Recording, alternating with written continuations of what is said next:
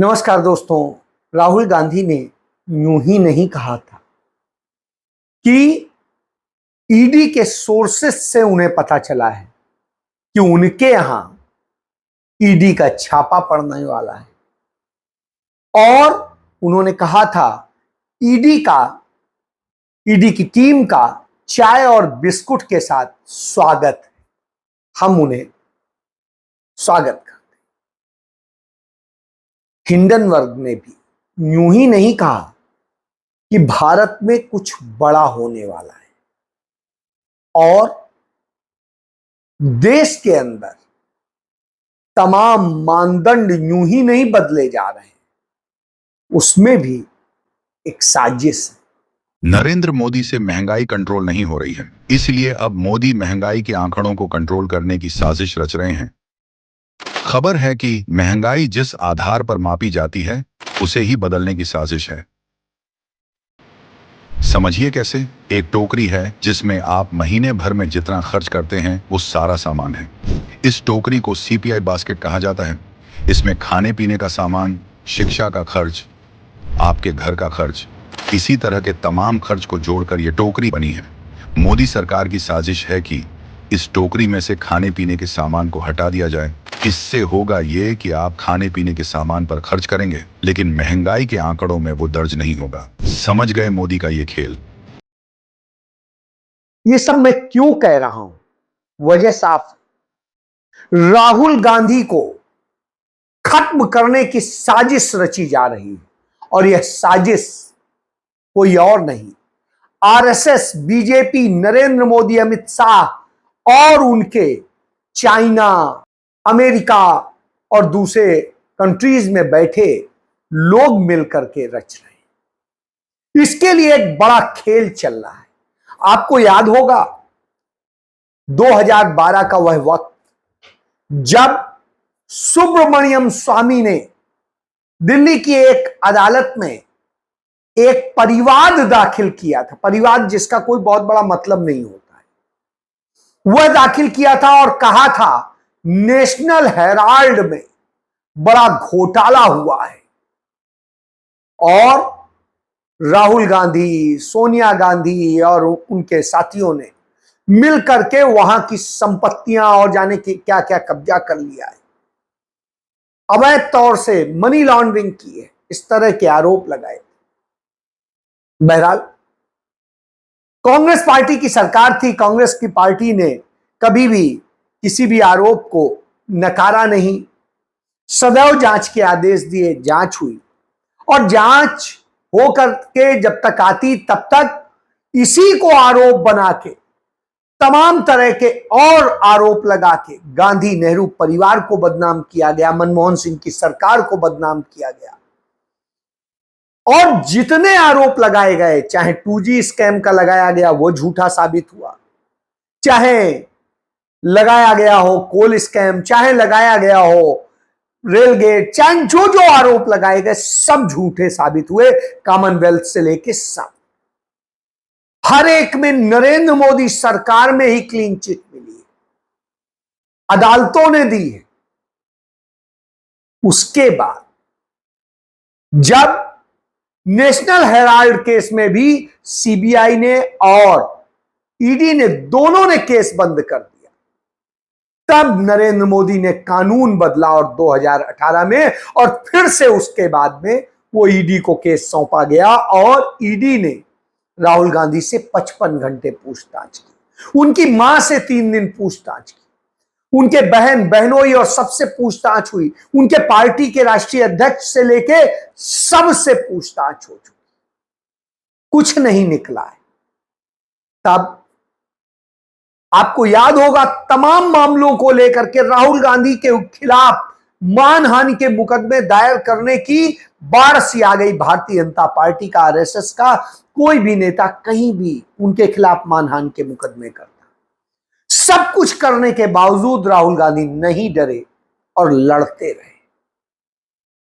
उनकी छवि खराब करने के लिए 16,000 करोड़ रुपया मीडिया पर खर्च किया गया।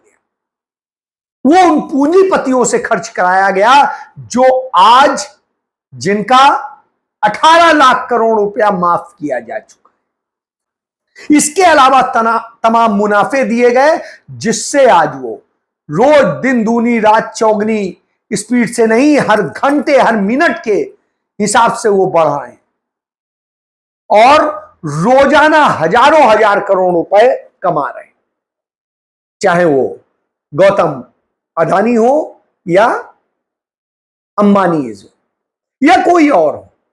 नरेंद्र मोदी के चहेते जो चंद पूंजीपति है वही, और उन्हीं के पास इस देश की सारी संपत्तियों का आधा 50% पहुंच गया। अब आप समझ सकते हैं 1% लोग इस देश की 50% संपत्तियों के मालिक बन गए।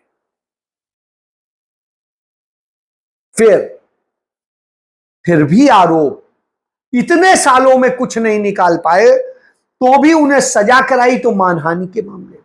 बहरहाल उसमें भी वो फिलहाल बाहर है, सुप्रीम कोर्ट ने उसको सुना। तो अब कैसे राहुल गांधी को फिर फंसाया जाए? तो जैसे ही यह चुनाव हुआ, वो रायबरेली से सांसद बन के आए, तो फिर 2019 में जो शुरू की गई थी, एक कंप्लेंट दी गई थी गृह मंत्रालय को, जिस पर राहुल गांधी ने पूरे दस्तावेजों समेत जवाब दिया था और कहा था जब भारत की सरकार नरेंद्र मोदी की सरकार है तो वह खुद ही सारी फाइलें मंगा सकती है, तमाम देशों से उसके समझौते हैं, मंगा ले। लेकिन वो तो नहीं हुआ, कुछ नहीं हुआ। तो अब फिर उनके खिलाफ सुप्रीम कोर्ट में एक केस ले जाया गया कि राहुल गांधी तो लंदन के सिटीजन है। एक झूठा वह पेश किया गया कि आईटीआर राहुल गांधी वहां दाखिल करते हैं, जिसमें वो अपने आप को ब्रिटेन सिटीजन बताते हैं। इस तरह से करके वो कहते हैं, जबकि उनके पास वहां पर कोई संपत्ति ही नहीं है और उन्होंने जो आईटीआर दाखिल किए हैं और जो शपथ पत्र दाखिल किए हैं, मिलान किए जा सकते हैं। लेकिन इस तरह के खेल करके उनके खिलाफ वही शख्स जो श्रीमती इंदिरा गांधी को बदनाम करता था, उनके खिलाफ साजिश में शामिल था, वही सुब्रमण्यम स्वामी जो सीआईए एजेंट था, जिसके सारे सबूत मौजूद थे। वो मोरारजी देसाई और सारे लोगों के साथ मिलकर के जिस तरह से उसने खेल किया, इंदिरा सरकार को बदनाम किया और सरकार गिर गई, ताकतवर बना। उसके बाद से वो लगातार लगा हुआ है। फिर राजीव गांधी के करीब आया, राजीव गांधी को वो किया और फिर राजीव गांधी के खिलाफ बोफोर्स के घोटाले का आरोप लेके आ गया। वह भी निर्दोष साबित हुए, अदालतों में साबित हुए। 64 करोड़ का दलाली का आरोप लगा था, पूरे सारे लोगों को मिला और जांच में 250 करोड़ से अधिक खर्च कर दिए गए। इस देश के आपके हमारे पैसे, निकला कुछ नहीं, जीरो, सिफर। कैसे अन्ना के नाम से एक बुड्ढे को फ्रेम किया गया कि यह आज का गांधी है, और इस तरीके से तमाम सारे ड्रामे कराए गए। तमाम लोग सत्ता में हैं उस बूथ पे, लेकिन कांग्रेस की सरकार चली गई और फिर आपके ऊपर एक टैक्स रिजीम आ गया। ऐसा टैक्स रिजीम जो आपसे दूध में भी, खाने में भी, अनाज में भी, रोटी में भी, हर चीज में टैक्स लेने लगा। सड़क में चलने से लेके हर चीज का टैक्स इतना हैवी हो गया जितने सोच नहीं सकते, और मुनाफा पूंजीपतियों की जेब में जा। तो अब वही सुब्रमण्यम स्वामी इस साजिश में शामिल हो गया है, क्योंकि उसे तभी इनाम मिलता है जब वो जितनी ज्यादा साजिशें निकालता है। अभी नहीं निकाल पाया तो बाहर है, तो फिर से उसने वही काम शुरू कर दिया। और उसके जरिए क्या हो रहा है, क्योंकि राहुल गांधी की अब छवि पूरे देश के सामने आ चुकी है, वो जननायक बन चुके हैं, जनता के हर दर्द में साथ होते हैं।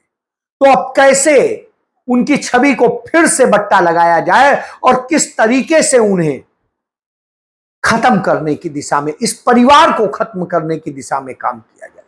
तो जो कहा हिंडनबर्ग ने कि कुछ बड़ा हो सकता है, वह बड़ा हमला भी हो सकता है, वह बड़ा सेना और दूसरे तरीकों से भी किया जा सकता है, क्योंकि जिस तरीके से क्रिमिनल लॉ चेंज किए गए हैं और सब किया गया है, उसमें भी शामिल किया जा सकता है। और इसके अलावा वो सारी चीजें शामिल की जा सकती हैं जो उन्हें देशद्रोही घोषित कर दें, और फिर देश में उनके खिलाफ एक माहौल बनाया जाए और जनता, कथित रूप से जो मॉब होता है, मॉब से हमला करा दिया जाए। फिर बहाने दूसरा तरीका, उनके ऊपर इतने आरोप लगा दिए जाए कि वो इन्हीं के चक्कर में फंसे हो और उस दौरान उन्हें गिरफ्तार करके जेल में डाल दिया जाए। और यह सरकार एक्सपर्ट है फर्जी मुकदमों में जेल में डालने की। फर्जी मुकदमे कैसे ईडी के जरिए बनाए गए हैं, यह बात हम नहीं कह रहे। सुप्रीम कोर्ट ने कह दिया कि आप अपने कामकाज की गुणवत्ता संभालिए, क्योंकि आपने 5000 से अधिक मुकदमे दर्ज किए और अब तक सही पाए गए सिर्फ 40,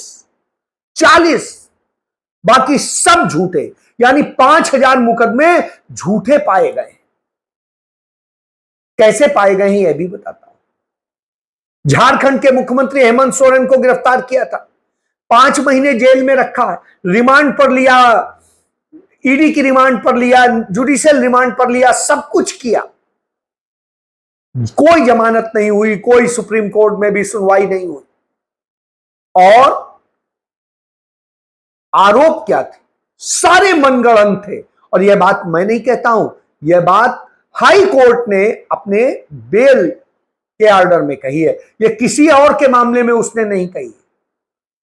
उनके बेल के ऑर्डर में उसने कहा है कि सारे आरोप गढ़े हुए हैं, कहीं किसी चीज का कोई सबूत। इसी तरीके से बाकी लोगों के भी, इसी तरीके से अदालत ने कहा कि छत्तीसगढ़ के मुख्यमंत्री भूपेश बघेल और उनके लोगों पे जो ईडी ने केस रजिस्टर किया था वो 100% गढ़ा हुआ केस था, और सुप्रीम कोर्ट ने वह केस खत्म कर दिया। इसके अलावा हमने देखा है कांग्रेस पार्टी के तमाम नेताओं को, दूसरी और पार्टियों के तमाम नेताओं को के खिलाफ मुकदमे दर्ज किए और उन्हें जेल भेजा जा रहा है, कहीं पकड़ा जा रहा है, कहीं मैनेज कर लिया जा रहा है। तो यह खेल चल रहा है। कांग्रेस के समय में भी ईडी थी, उसने भी मुकदमे दर्ज किए थे, लेकिन विपक्षियों के खिलाफ नहीं, अपनी पार्टी के लोगों के ही खिलाफ। और यही नहीं, एनडीए जो आज है उसके सिर्फ 4 लोग थे आरोपी, बाकी सारे मुकदमे कांग्रेस से ही जुड़े हुए लोगों के। तो इससे आप समझ सकते हैं वह निष्पक्षता थी। आज बिल्कुल उल्टा है, आज भाजपा के लोगों पे कोई मुकदमे नहीं, और जो भाजपा में आ जाता है उसके मुकदमे खत्म हो जाते हैं, तमाम बड़े बड़े आरोपों से उन्हें मुक्त कर दिया जाता है। बहुत सारे उदाहरण मौजूद, लेकिन विपक्षी दल वालों को झूठा परेशान किया जाता है, एक के बाद एक, एक के बाद एक, एक के बाद एक, यह क्रम चलता है। तो राहुल गांधी को कैसे उनके पूरे परिवार को खत्म किया जाए, इसके लिए पूरा खेल इस समय चल रहा है। और इस खेल के ही कारण बहुत सी साजिशें रची जा रही, वो साजिशें ऐसे रची जा रही हैं कि जिनमें अर्धसैनिक बल भी शामिल हो सकते हैं, सेना को भी मोहरा बनाया जा सकता है। और यही नहीं कि दर्जनों सैनिक स्कूल अब आरएसएस को दे दिए गए, वो संचालित कर रहे हैं, और वहां पर जो सिखाया पढ़ाया जा रहा है कि जिससे वो अफसर बन के जब जाएं सेना में तो आरएसएस के लिए काम करें, बीजेपी के लिए काम करें, और उसके हिसाब से सेना में जो खेल किया जा सके उसकी पूरी साजिश रची जा रही। इसीलिए हिंडनबर्ग ने कहा, क्योंकि सुप्रीम कोर्ट, दूसरे कोर्ट्स में सब जगह साजिशें रची जा चुकी और वो उसी ढंग से अब चल रहे हैं। अब यह खेल है, शिक्षा में साजिश रची जा चुकी है, उसमें जिस तरीके से पढ़ाया जा रहा है, बच्चों को बताया जा रहा है, आरोप लगाया जाता है कि बांग्लादेश में हिंदू मारे जा रहे हैं और बहुत कुछ, लेकिन वहां जो करीब 600 लोग मारे गए हैं उनमें हिंदुओं की संख्या सिर्फ 10 है। यानी 10 हिंदू सिर्फ मारे गए हैं, बाकी सारे वहां के लोग हैं। तो इससे आप समझ सकते हैं कि हिंदुओं पे हमला नहीं। वहां आंदोलनकारियों ने वहां के चीफ जस्टिस को चुनौती दे दी कि 2 बजे तक आप पद छोड़ दीजिए, नहीं तो हम अपने ढंग से करेंगे। उन्होंने इस्तीफा देके वो भी भाग लिए। इसके पहले वहां की प्रधानमंत्री वो भी भाग ली थी। लेकिन वहां दम है, वहां के लोगों में दम है कि वो लोकतंत्र और दूसरी चीजों को लेकर के संजीदा है और लड़ रहे हैं। हिंदुस्तान के अंदर शक आए, हूण आए, आर्यंस आए, यूनानी आए, मुस्लिम आए, तुर्की आए और अंग्रेज आए, सब ने हमारे यहां बहन बेटियों माओ सबको शिकार बनाया। हमारी जमीनों से लूटा, हमारे जो प्राकृतिक संसाधन थे उनसे लूटा, संपत्तियां लूटी और सब लूट के कुछ चले गए, सब लूट ले गए। हमें कंगाल देश मिला था, हमने उसको बना के खड़ा किया। अब उसे बर्बाद करने की साजिश रची जा रही। क्यों? क्योंकि अदानी अंबानी का राज स्थापित करना है। हिंडन वर्ग ने सारा खुलासा किया था। लेकिन जब जांच कराएगा कोई, ये कांग्रेस नहीं थी जो अपने ही खिलाफ जांच कराए, अपने ही लोगों को जेल भेजे, उन पर ही एफआईआर दर्ज। इन्होंने तो जांच तक नहीं कराई, किसी घोटाले की नहीं कराई। इसी बूते अपने आप को निर्दोष बताते हैं। जब जांच ही नहीं कराओगे तो निर्दोष तो हो ही। तो यह स्थिति है। इससे आप समझ सकते हैं क्या खेल किया जा रहा है। तो साजिशें फिर से रची जा रही हैं और बड़े स्तर पर रची जा रही हैं। उनमें तमाम देश भी शामिल हैं जिनके इंटरेस्ट है इसमें। सबसे ज्यादा चाइना है। चाइना के अतिरिक्त भी तमाम जगह से ये खेल किए जा रहे हैं। तो लंदन हो या यूएई हो, हर जगह से बैठ के खेल हो रहा है, पाकिस्तान से भी हो रहा है। तो इस खेल को देखिए और समझ लीजिए, सावधान हो जाए।